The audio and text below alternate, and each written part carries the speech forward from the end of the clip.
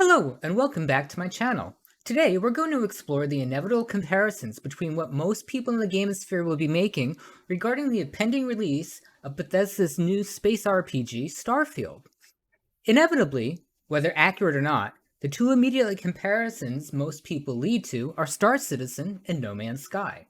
While on a personal level, I'd be more prone to compare Starfield to something along the lines of Mass Effect or Spaceborne 2, that would be drawing a far too narrow comparison. So let's delve into the inevitable No Man's Sky Star Citizen comparison. Right out of the gate, we'll start with No Man's Sky. No Man's Sky turned 7 this year, and with that many years of developer attention, the game has blossomed from the bane of gamers to an arguably great, if not imperfect, game. This comparison will cover core features present in Starfield in contrast to No Man's Sky and Star Citizen. So let's begin. Procedural generation. No Man's Sky, for better or worse, is nearly 100% procedurally generated. The game is comprised of over a quintillion star systems spread across 256 galaxies. While this breadth of planets is inarguably overkill and often leads to repetitive content or void worlds, it's still a testament to the power of procedural generation. Number 2, narrative. No Man's Sky has a 40-hour, dual-branching narrative that is solely delivered via text-based 40-hour quasi-game tutorial. It's a surprisingly adult narrative, and in the past 2 years, that narrative has been greatly fleshed out with updates called expeditions. Number 3, spaceships. No Man's Sky has spaceships, which come in 4 classes with varying stats, inventories, weapon loadouts, and travel distance capabilities. These ships have no explorable interiors. However, No Man's Sky has capital ships called freighters that also come in 3 classes and are customizable, and you can build bases on them. You can also recruit a fleet of frigates, which also come in classes and can be sent out on missions for rewards. Player ships cannot be painted or customized, however, freighters can be painted. Number 4, base building. No Man's Sky has a very robust base building system, comprised of hundreds of parts and decorations. Bases involve a power system and to some degree automated harvesting. Freighter bases are somewhat modular systems and are still robust. Combat. No Man's Sky features ground and space combat. While arguably more arcadey, it includes a number of enemy variants, weapons and upgrades, and recently, procedural dungeons called derelict freighters, think Dead Space atmospheric space freighter dungeons, that offer unique rewards, including a unique set of building blueprints. Number 6, exploration and multiplayer. No Man's Sky is fully multiplayer and cross-platform. It is not PvP-centric and has some limitations, like a cap of 32 players per solar system. Nothing outside of derelict freighters is instanced in the game. It's a fully explorable sandbox full of planets, airless moons, oceans, deserts, atmospheric flight. It all exists in the game. So now we flip over to the other inevitable competitor, Star Citizen. Star Citizen is developed by Robert Space Industries and aims to be the grand space MMO originally promised as a single-player RPG akin to Starfield. It branched into the MMO Star Citizen. 10 years out, neither project is complete in spite of an astronomical budget of nearly $500 million US. There's a million issues plaguing Star Citizen's development. I won't go into them, so let's start the comparison list again. Number 1, procedural generation. Star Citizen utilizes proc generation for its planetary content and some of the other assets in the game. The game has a single solar system with 7 planets and some assorted moons, and some capital cities and other points of interest. Built on a fork of the CryEngine, Star Citizen prides itself on fidelity, often at the cost of development time and resources. None of Star Citizen's 7 planets and moons have life on them. However, they have seemed to nail that balance between procedural generation and handcrafted content more than most games. Robert Space Industries promises more star systems in the future. Narrative. Star Citizen being an MMO in development has kept most, if not all, of its lore for the single-player RPG that they are making called Squadron 42, the initial game they promised to develop. An online lore database exists for Star Citizen and does populate to a small degree the missions within the MMO, but it's not that meaningful. Rocket Space Industries has grand ambitions for the story of Star Citizen, but it's not in the game.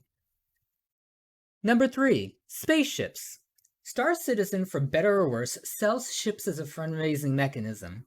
The resulting ships often have amazing scale and detail with fully explorable interiors. With varying uses from mining ships to single-pilot pilots.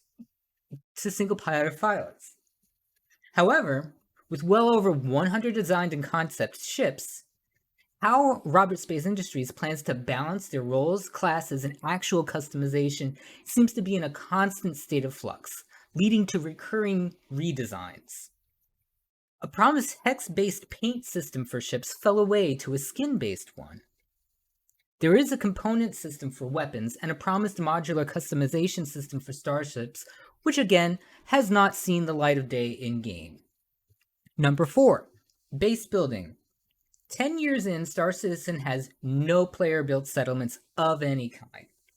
Rocket Space Industries says they plan for player-built settlements, even going so far as to sell land claims for real cash. But player settlements are nowhere to be found. The player hub cities have been hinted to be given player apartments, akin to kind of the basic housing apartments in Elder Scrolls Online, in the near future.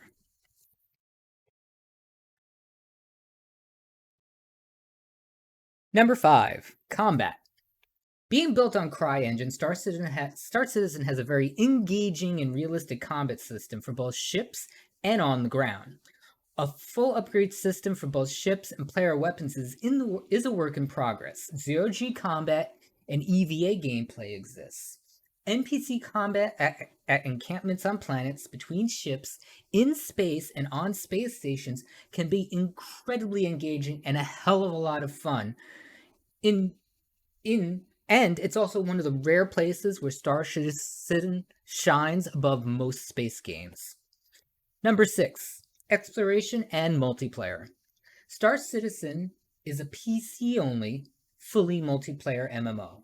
Atmospheric and space travel via spaceship exists, though are at times very time-consuming and can be incredibly risky, given that Star Citizen is very player, content, and PvP-driven. Planets are void of life, sparse on resources, and limited in number. Points of interest, while compelling pieces of combat and exploration-driven content, are stagnant. Once a player has experienced them all, they've experienced them all. Server caps hit around 100 to 120 players, with varying server stability issues, often affecting gameplay and NPC behavior. Often rendering them to T-posing mannequins. So, when we draw these comparisons, no space game is perfect. Games that have been out 7 years as a completed product, games that have been out in a playable alpha for 10 years are, again, not perfect. So where does this put Starfield? This puts Starfield in a very unique position, because Starfield is not an MMO. Starfield is a single-player RPG.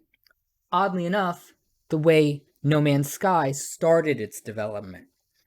So, there are going to be pitfalls and advantages to Starfield that these other two games will never experience. The fact that there is a huge overarching story. The fact that the void worlds in Starfield are a huge canvas for the developers to add more and more content over years.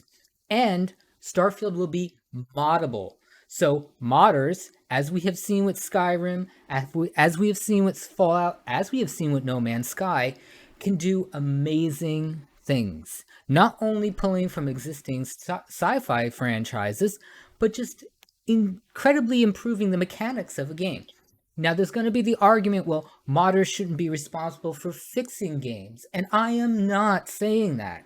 What I am saying is what I expect out of Starfield is this: a mostly playable single player RPG with a grand space scale.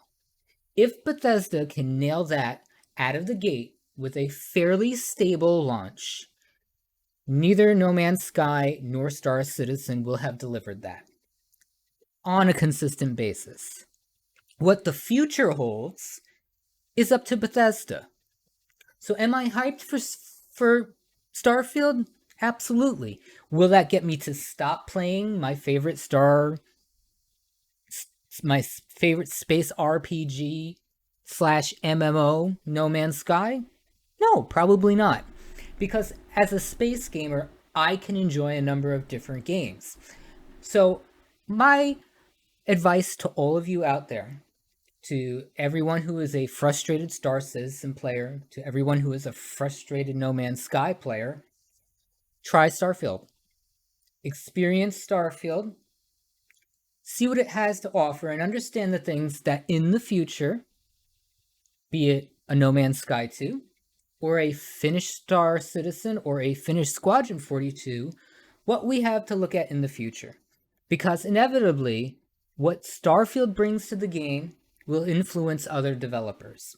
And for people who really want to get a gist of what a modernized single-player space game would be like, I would really recommend trying Spaceborne 2. I don't play it on my channel because it's still a work in development. It's still getting regular content updates. It's made by a single developer. But it gives you an idea of what a very modern